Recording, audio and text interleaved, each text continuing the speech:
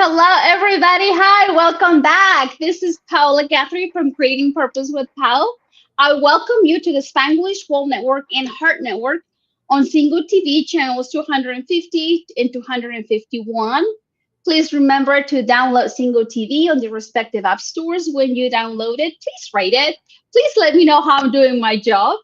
And you can find, Zingo TV on Google Chromecast, on Amazon Fire TV Stick, Roku Stick, and all smart TVs from 2016 and forward. Like I said, I appreciate you so much for being here today. Welcome back. If you're new to tuning us, you're gonna have so much fun because today we have a great content. We have a special guest. Her name is Sharon Grant. She is the CEO of Oasis of Serenity, her consulting and coaching business. She has been a counselor for about 14 years, and I am so grateful and joyful to have you in the house today. Thank you for being here, Sharon. Thank you so much for having me. I appreciate it. I'm excited to be here, Paola. Yes. So let's dive into this beautiful conversation of how to improve our relationship, how to improve our marriage. So, when love is not enough, what is? And this is one of the questions that came from social media. Okay, great. So we have to remember that love is an emotion. In itself, love is just an emotion. It's a strong attraction. It's a deep, sincere care and concern for the other person, right?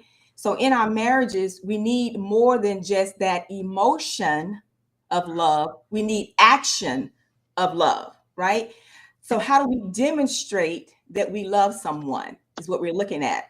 And so some of the things that I think are important to demonstrate that love would be acceptance, um, overall having open communication, commitment to the relationship itself, whether it be commitment to a relationship, compromise, empathy, being able to see things from the other person's perspective, looking for the win-win, being selfless and not selfish, having a shared vision, shared values of things you're trying to achieve, making sure you're moving in the same direction. That is showing action in love, being supportive of the other person, what their aspirations are, affirming them. So it's not just enough to have the emotion of I love you, but demonstrating I Okay. love you and I'm showing you how I love you. Okay. So whenever we cross that, that stage in our marriage that we don't see eye to eye, when we don't see that or feel, the emotion anymore. Uh-huh. So we have to be strategically then and take action. Yeah. That's what you're Right. writing. Then commitment is number one, right? Because a lot Yes. of people marriages who are lasting or have lasted is because I that's what I keep hearing is like you're Mhm. committed to it. It's a commitment. Yes, I'm committed to this covenant that we agreed upon.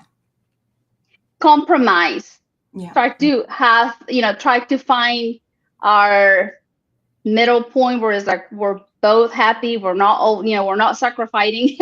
Hmm. like I don't know, like if we're talking about making a new purchase, like compromise one another, where we both are going to be happy with this new transaction that we're about to make.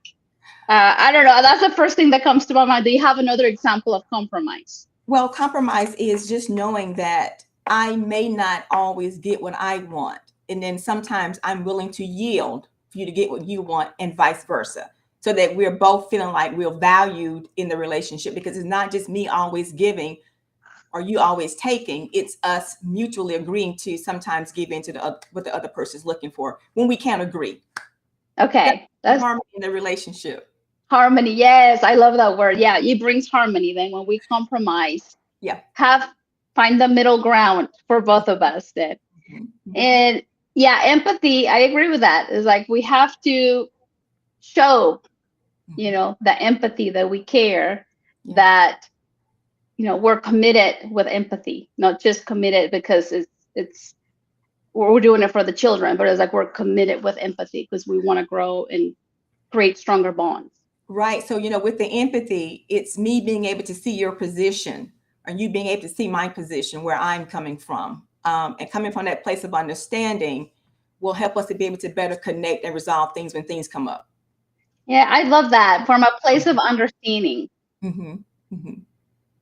And that takes maturity. Yes, it does. After 19 years, is like, I can tell you that it's like it has taken a few years. Uh-huh. Uh-huh. Uh, but yes, yeah, place of understanding. I'm taking notes. I hope all of you are taking notes as well. Uh, yes, it's a place of Mm-hmm. understanding, which Mm-hmm. that's we're practicing empathy when we do that. Yep. Share a vision. I love that. Where are we heading in a Yes. year or 6 months? We want to make sure that we have a shared vision of where we desire to go in our marriage. The scripture talks about people without a vision, they perish. You got to be able to write the vision out, right? Make it plain so the other person can run forth with it. And so in our marriages, we write the vision out. It's a shared vision. We both agree on this vision. We make it plain so that either one of us understands it enough to carry it forward. And we're trying to do that together. Yeah, and now you give me an idea. Also, it's like we share a vision of how our family looks like when Oh, our yeah. kids are all grown. Like, Yes. All of and, that. and work towards that. Like, sometimes we have it doesn't happen every month, it probably should, but it's like every 3 months we sit down to all five on the table, Yes. and we ask, how are we doing? How Hmm. can we do better? Right. Uh-huh. You're doing like a check-in. Yes. Yes, and of course our youngest one is 5. Hmm. So she plays, but we take in consideration our 17-year-old and our 11-year-old, and it's like, what can we do to get some, become more closer? What can we do to have fun? What do you think a family should be like? And Right. it's neat. And I take notes, like right now I'm Mhm. taking notes. So I take notes to compare to the Mhm. next time. And it's like, okay, what fun activities did we get to do on the past Right. uh, 3 months or so? So Yeah. But you're also teaching them that you value them, their opinion matters, you're part of this family, and you have say so. So yeah. that's great. Yeah. Thank you. But this is beautiful. Yeah. And as we can also share a vision, not Yeah. just with our as a marriage, but also with our kids. Yep. The family. Mm-hmm. And here we go. It was like share values. Where are we at? Yeah. Mm-hmm. Yeah. I Yeah. love it. And support it. Show support. Right. And that shared value may take some time to work together on that because, we're two different individuals. Although we are married and we're one, we're two different individuals. So we bring our own view of what we see for the marriage. So we got to be able to make sure that we are working together and coming up with that shared vision as well. Yeah, okay. Yeah. Now that you mentioned that shared vision, let me tell our audience a little bit that you are the co-author of this beautiful book that is called Couples Determine Make Marriage Great. So Yes. in this story, Mhm. Sharon and her husband Yes. share how they survive. How can I explain this? Um, how do you go? Like, how you guys went to the next level? Can I say that? Yes. How we move forward despite tragedy. Yes, despite tragedy. And so, in one of the part of the story that Sharon shares, Mhm. you share that share values are important. And now that you talk about this, is like your husband, one of his values was respect. Oh, And yeah. I'm pretty sure respect is one of your values as well. But Mhm. we also experience that value. Like, to us, to him, respect was, you have to be uh talk nice to your mom, right? Right. To him, like, he valued that, like the relationship with the mom, the way he talked to his mom, Right. that was that spoke to him the most, like the Yes. respect between a son and a mom.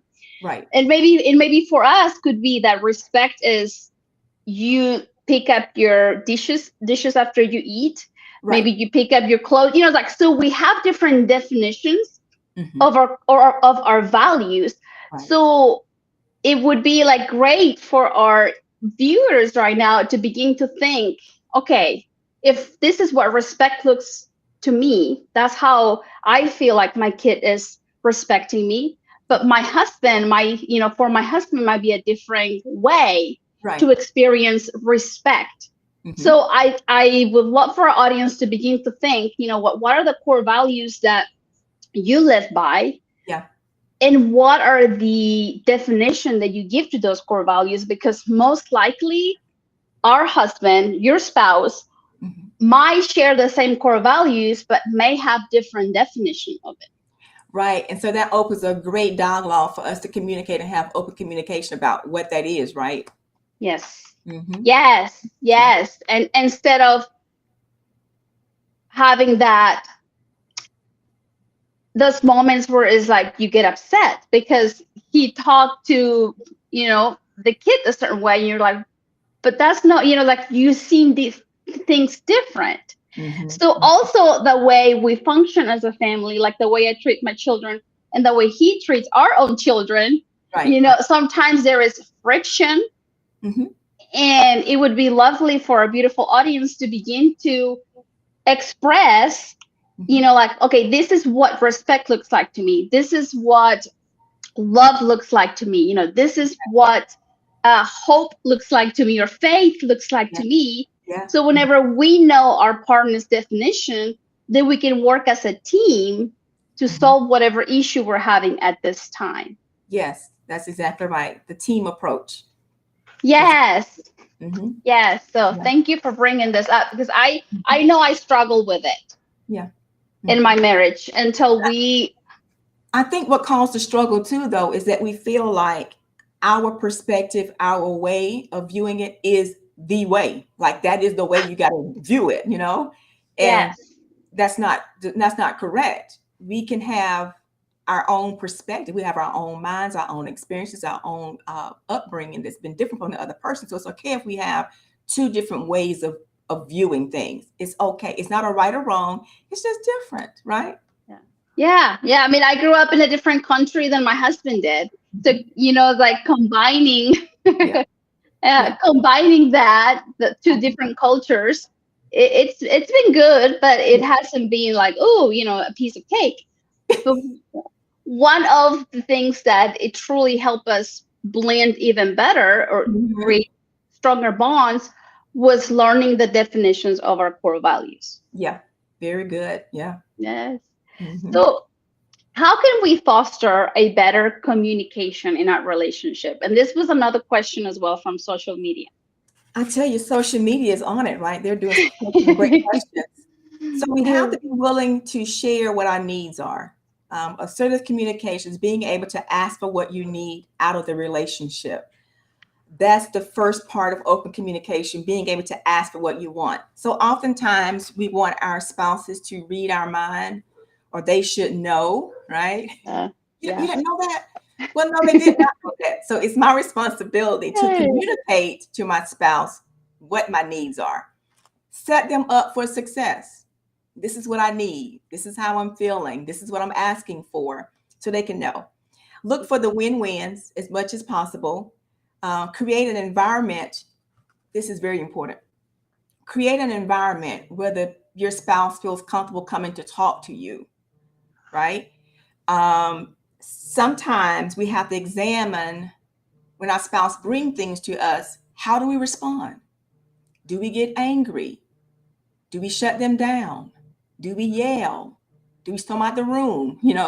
All those things can prevent your spouse from coming to talk to you. So you got to make sure that that environment is set to where you are open to receive and your spouse knows that I'm open to hear what you have to say. So set the environment.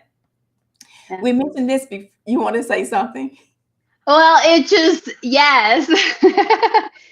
I was going to share, with our beautiful audience, if you're about to take this new step, if you're about to set the environment where it's usually been a hostile environment in the past, if he wants to, usually comes and wants to share something with you, and you automatically, maybe you already have a taught behavior that you Uh-huh. automatically react. Yeah. uh, know that it might take a little bit, because if he's not used to having, or she's not used to having this environment to express what he or she has to talk to you about, it might take a little bit of practice, Yeah. for them to trust you that there is a safe space. So I just Yes. wanted, that's something that popped into my mind because sometimes we already have a type behavior that we Hmm. automatically, overreact or Hmm. react to that conversation, and Hmm. maybe he doesn't feel safe or she doesn't feel safe to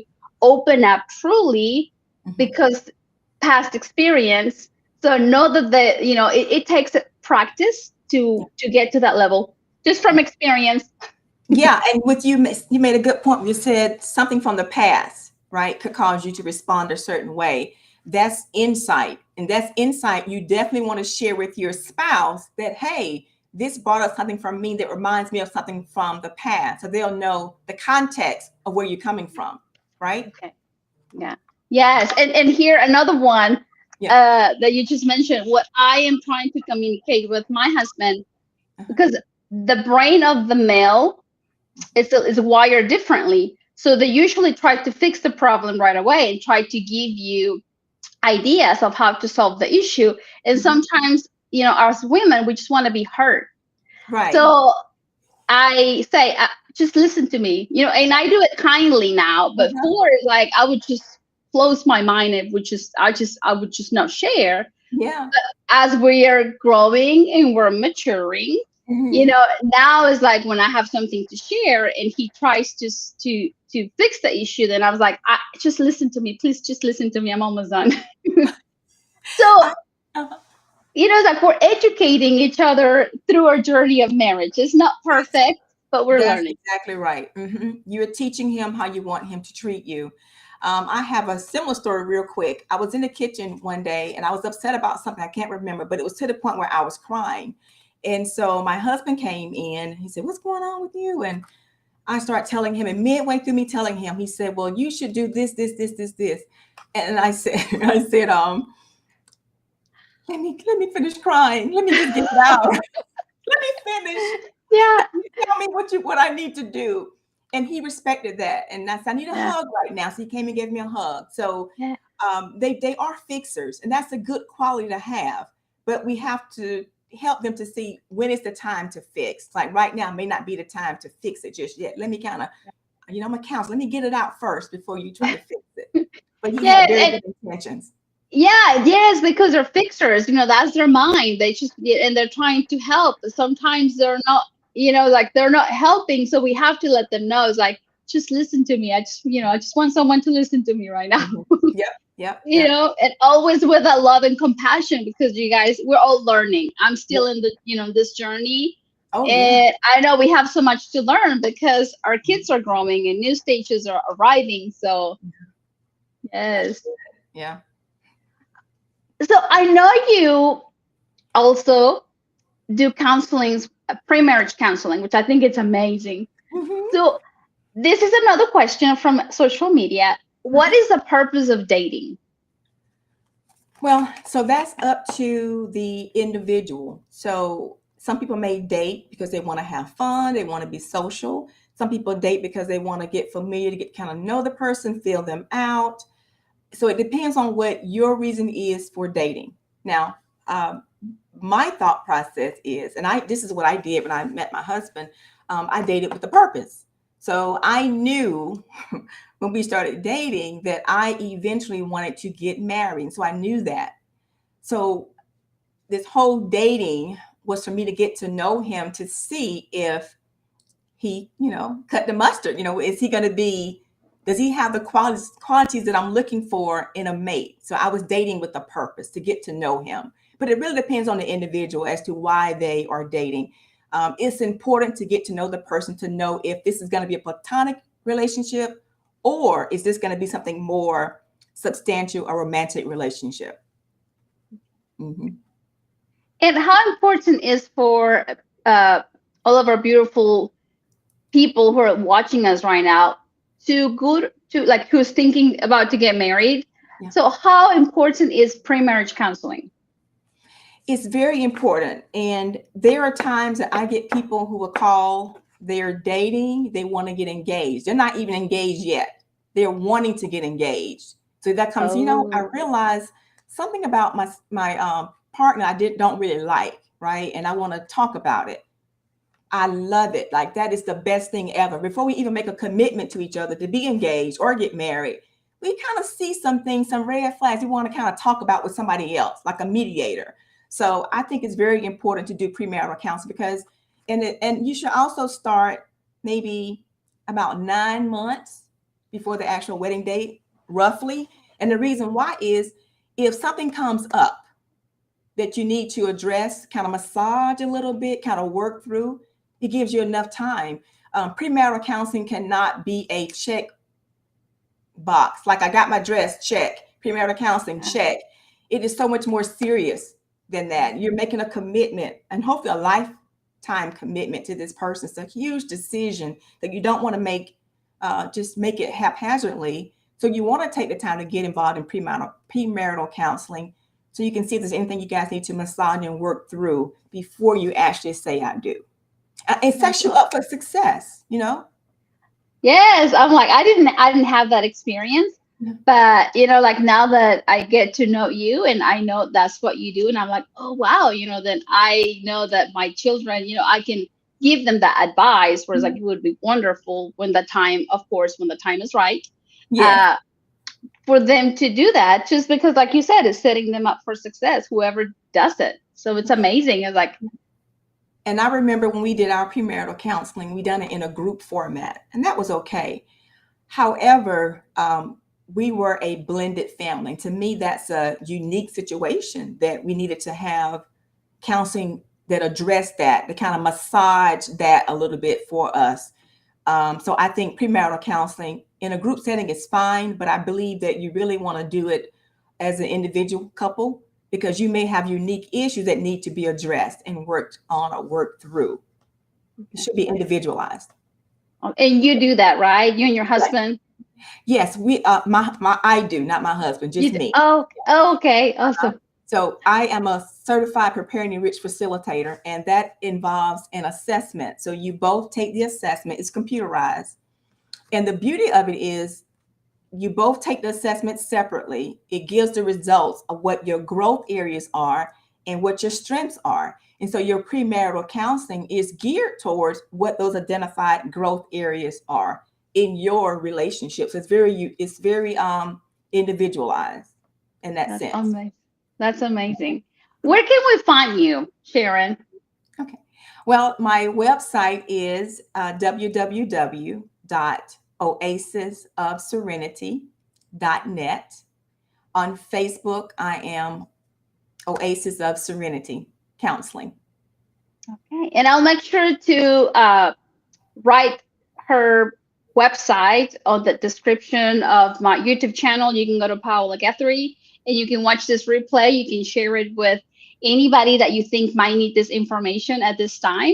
Yeah. So yes, I'll be able to, I'll make sure to do that. And on the website, there is a free gift. It's called the Marriage Audit, where you can download a helpful guide to help you with communicating, and assessing the patterns in your relationship or your marriage. There's a contact form as well. If you want to send me a message, direct message, you can do that as well. Awesome. Yes. You guys need to take advantage of this. Because there is always, it's like there is always the next level. Wherever you're at, there is always the next level. One Sharon's story, whenever you read, you have the opportunity to buy the book and read her story. If you don't mind sharing, is when you were to the point where it got too stressed out that you wanted to tap out. Yes. And your husband is like, no, I'm committed to this. And it's like we all go through those stressful situations where we're like, I'm ready, I'm looking for the exit sign. Yeah. And it's just better off if I'm by myself. Yes. But no, it's not. I feel very torn, torn between parent, being a mom, and being a new wife. I just didn't see in that moment. I could not see beyond that moment, and I needed help to be able to see beyond that moment that I can do both. But I just felt at that moment I felt stuck. Yeah, so that's why I'm loving having you here, because now our viewers know that there are strategies, there is techniques that has helped me to go to the next level, because it is possible. The stressful moment, we all have the situations where you're like, I don't think I can do it. I don't, I think I had it. But there is always room for that love, that compassion, that empathy, that commitment you were talking about earlier. Uh-huh. Where if we just align, we have That's time to breathe. Yeah, that's what I was gonna say. That you mentioned commitment earlier. We needed that commitment to come strong right then, right? Yes. Yeah. Yes. Hmm. Yes. And then after that, then you begin to align Yes. and begin to see the possibilities that it's better if you stay together. And Right. here we go. I have no history of violence in my marriage or Right. anything like that. So it's Yeah. easier for me to say it. Hmm. If you guys are in different situation, seek help. Right. Seek help, please, please, please. And I think the one thing during that time of my difficulty of trying to decide if I was going to stay in the marriage was, um, Emilia was a partner to me. Even though we, in that moment, we didn't see eye to eye, he demonstrated to me that, hey, I got your back. I'm here for you. We can work through this. And it helped me to know that, okay, I can trust him. I can exhale and be safe in this relationship with him. And it's going to be okay. We can get through it. I can't see it right now, but I gotta have faith. We didn't mention faith did we any times. Yeah, I needed to have faith to get through the difficulty we're going through. Yes, and we're all teachable. Yeah. It's like we are all teachable, and we can learn to express that empathy, to express that forgiveness, to express there is a phrase that is on your story, the unspoken expectations. Sometimes we have unspoken expectations, and we feel like we shouldn't express them because he should know, because he Right. should know. Right. It is like, no, he don't know. He would love to know. Just like I would love to know what he wants for dinner. Sometimes they're like, oh, just fix whatever. No, it would help me. It would help me if you give me ideas. Hmm. Same thing, like if we have unspoken expectations, Yeah. hoping one day Yeah. he would do something. It would be so much faster and easier if we have those grounding meetings where it's Yeah. like, okay, this is what I feel like. This is where I would love to be together in a year, in 5 years. Uh, but yes, anyways, thank you so much for your wisdom. Uh, Well, it goes back to us being able to express those expectations, what those needs are openly, and not leave it for them to try to figure it out. yes, I've Mhm. done that for years, and I'm like, nope, not anymore. It's like I've learned that it's okay to speak up. It's okay Oh, to say like this is what I expect in a loving way, because it goes towards growth. right. Like you want a stronger bond in your marriage. Yeah. You want it to last longer, and with joy. Yeah. So Not once just you go I was gonna ahead. I was gonna say, once you share that expectation or that desire, that need, then your spouse, they number one, they know, right? But the other part of that is they can decide if they can or cannot meet that need or expectation. You can communicate about that. You want to make Yes, sure that your expectations are achievable or attainable for your spouse. yes, absolutely, yes. Yeah. Now, this is another question from social media. Uh-huh. Is people love the idea of falling in love. Mm-hmm. How to recognize true love, uh, instead of just following the emotion of like feeling like you're in the clouds, you're in, like seeing the rainbow. Well, yeah. So, true love to me is lasting. It doesn't. It's unconditional, right? It's not based upon your outward appearance, your possessions, your status. You know, it's not based upon any of those things. If you strip all those things away, would I still feel the same way about you? You know, if you got belly fat, we've been married 10 years now and you be starting to develop belly fat, will I still love you? If you for some reason you're not able to earn the same amount of money that you was when we first got married. We were dating, we got married. Will I still love you? That's why I say it's lasting. It's not, love is consistent. It is selfless. This is talking about true love. It's selfless. Um, to me, those things are demonstrations of true love. Thank you. Mhm. And it's like I've learned about brain health, and one of the pillars of brain health is relationships.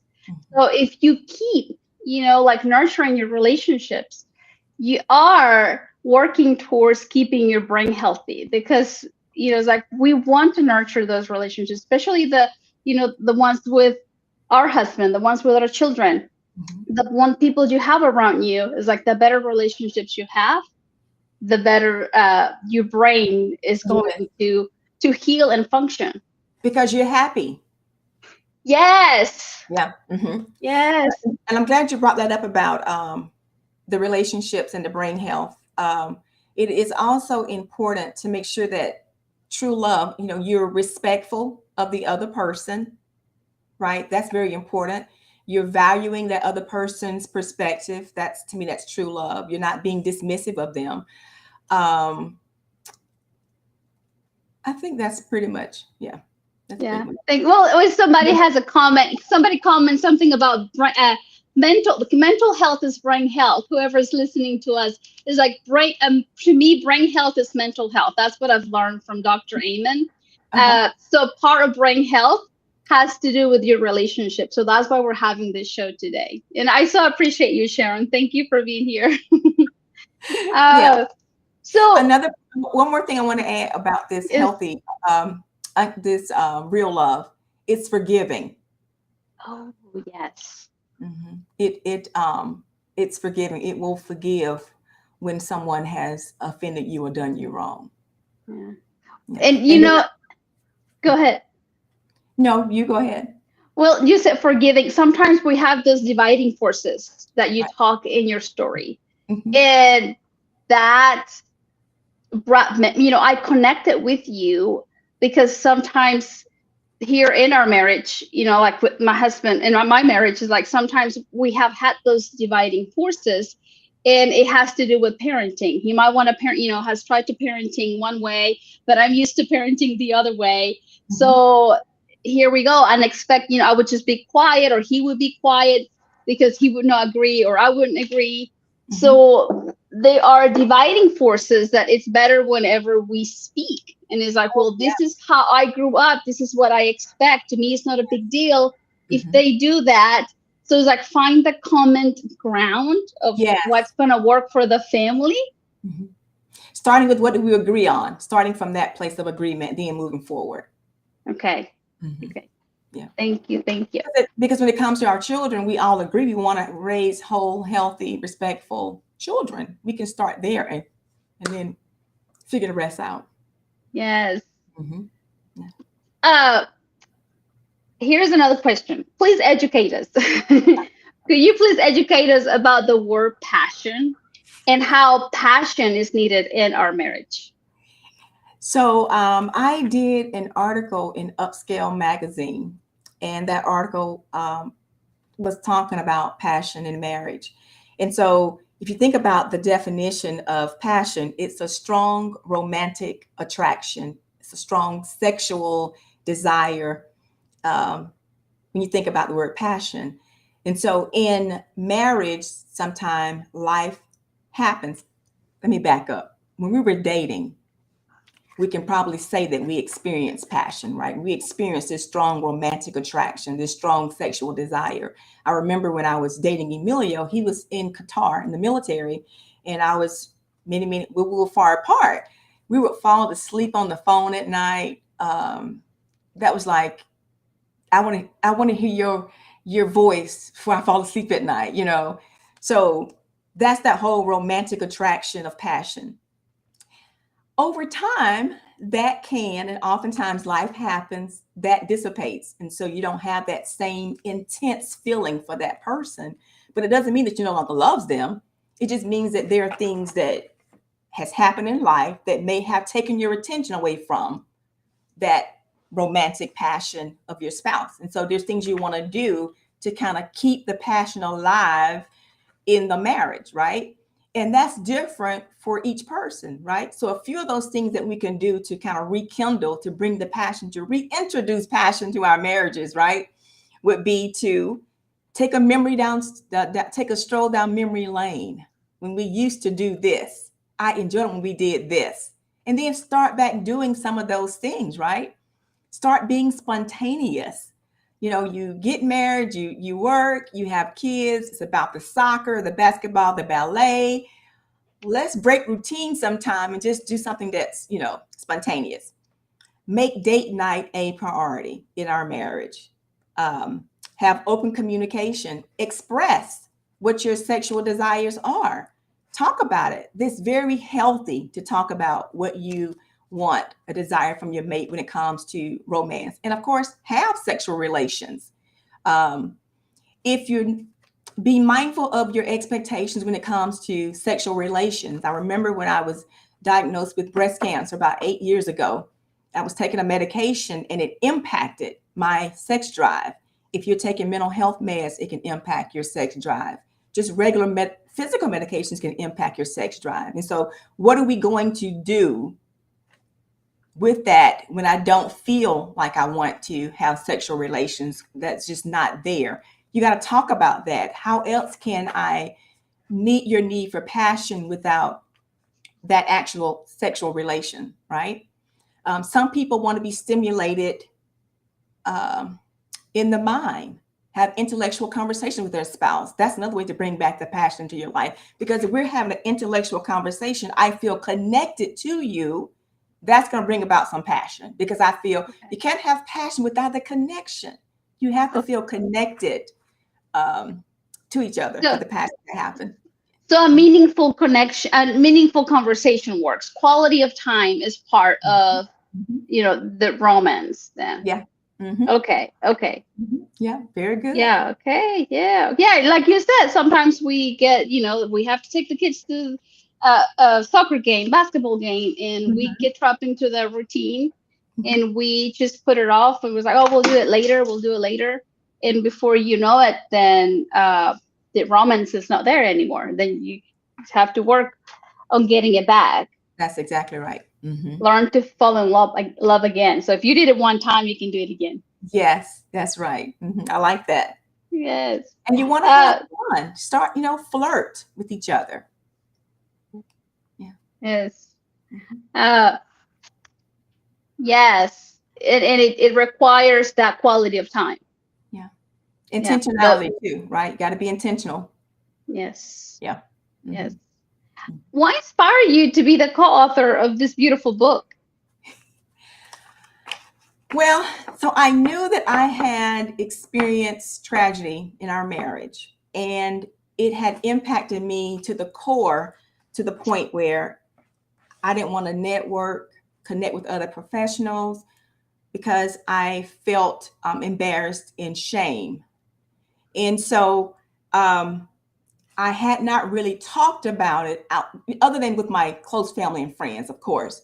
So I felt like that book, writing that book, putting it on paper, would give me a place, a platform to talk about it, and maybe even help somebody else. So that's what prompted me to write the book, write the chapter for the book anthology.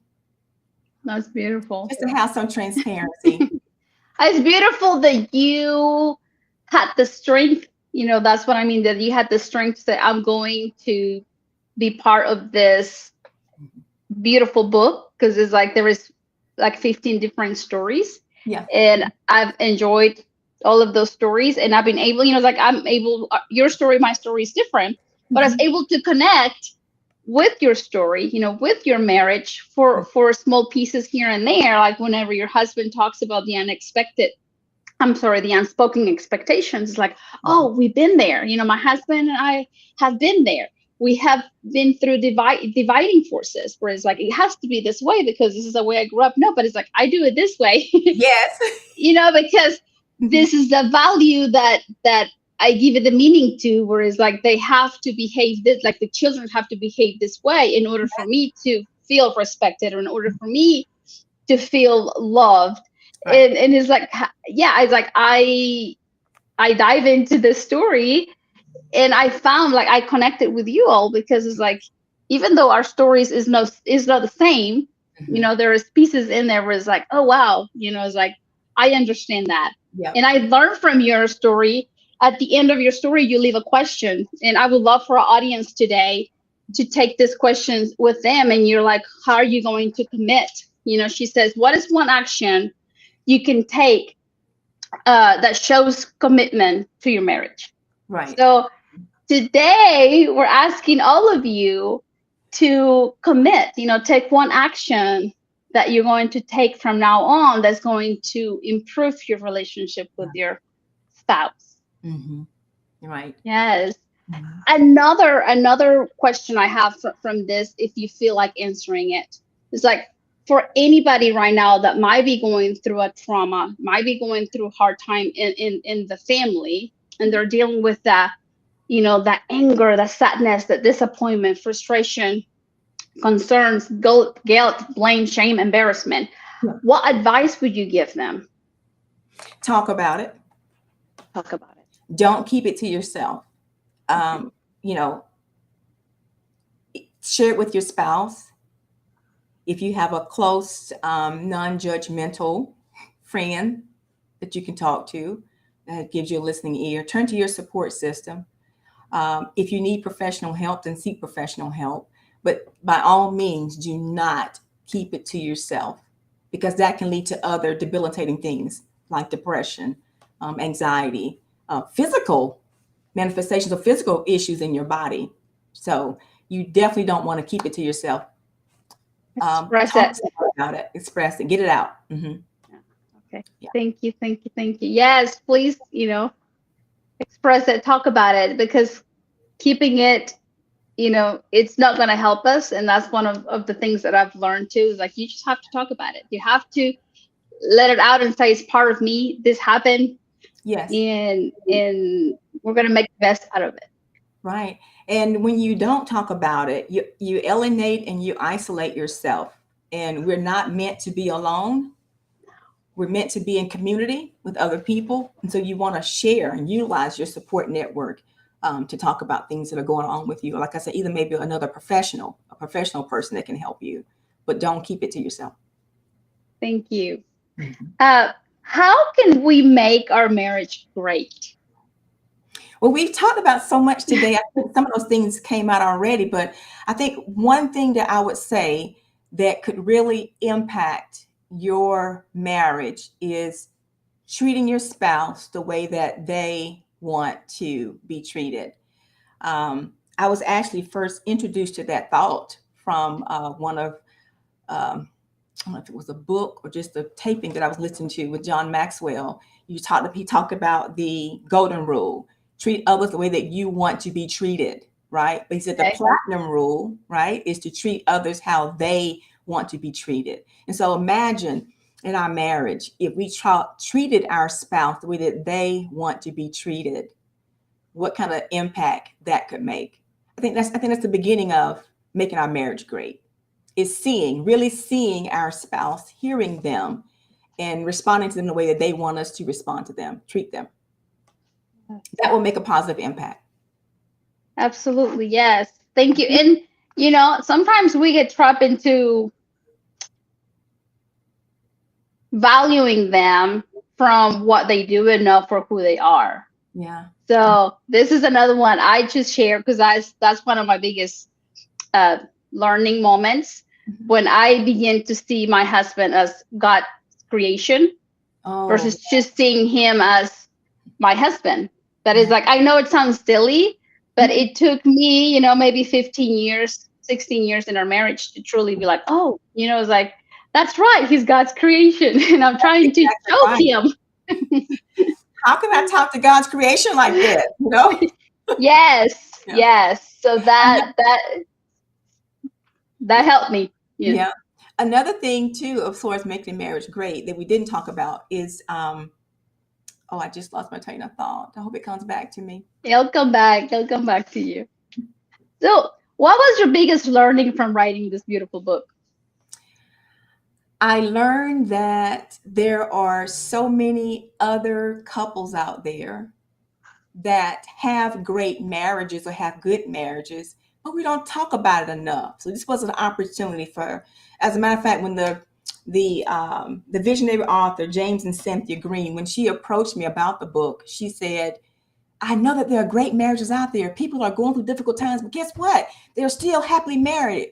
We can do this. So she rallied me. She, great coach. She rallied me into wanting to say, hey, we went through this challenge, but we are still married. I still love him. He still loves me. We are just as committed despite this challenge. And so I want us to just remember that there are some great marriages out there. And I want to be a part of telling my story of how we overcame.